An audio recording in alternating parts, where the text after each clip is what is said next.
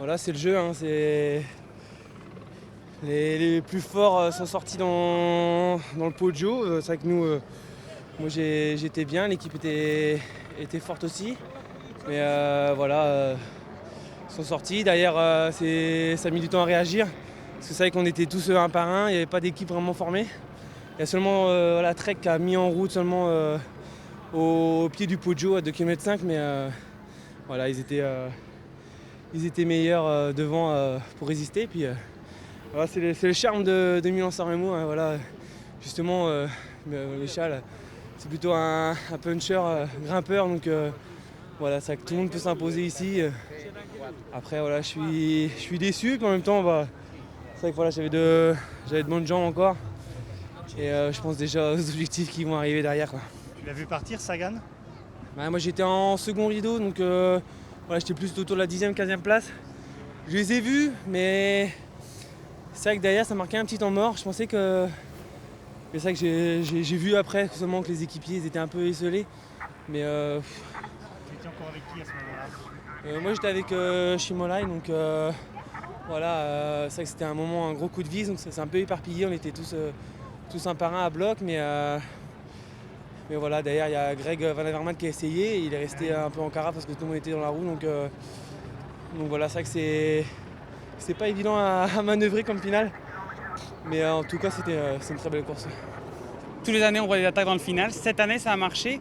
Pourquoi? Parce qu'il y a eu un travail de SAP avant, notamment des Sunweb, pour éliminer les coéquipiers. C'est ça qui a fonctionné en fait. Ouais, je pense que c'est surtout entre la Cipressa et Poggio où ça roulait très fort. Et je pense que d'habitude, ça me marque plutôt temps mort à cet endroit-là. Et là, ça roulait vraiment fort. Et du coup, on arrive au pied du Poggio un peu fatigué. Donc je pense que c'est ça qui a fait la différence. Et puis, comparé aux autres années, l'année dernière, ils attaquent vraiment peut-être à 500 mètres, 1 km du sommet. Que là, ils ont pu faire la différence. Je crois, au milieu du Poggio, ça a attaqué. Donc c'est aussi ça qui a fait la différence, je pense.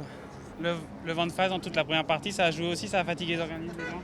Ouais, voilà, nous on a William Brunet qui a fait un énorme travail justement pour rouler parce qu'on a voilà, on avait à cœur de prendre en main la course et puis après c'est vrai que ouais, le vent de face il a fait très mal, mais enfin nous dans les roues ça allait, mais je pense pour les échappés et ceux qui roulaient dans le peloton 5 ou 6.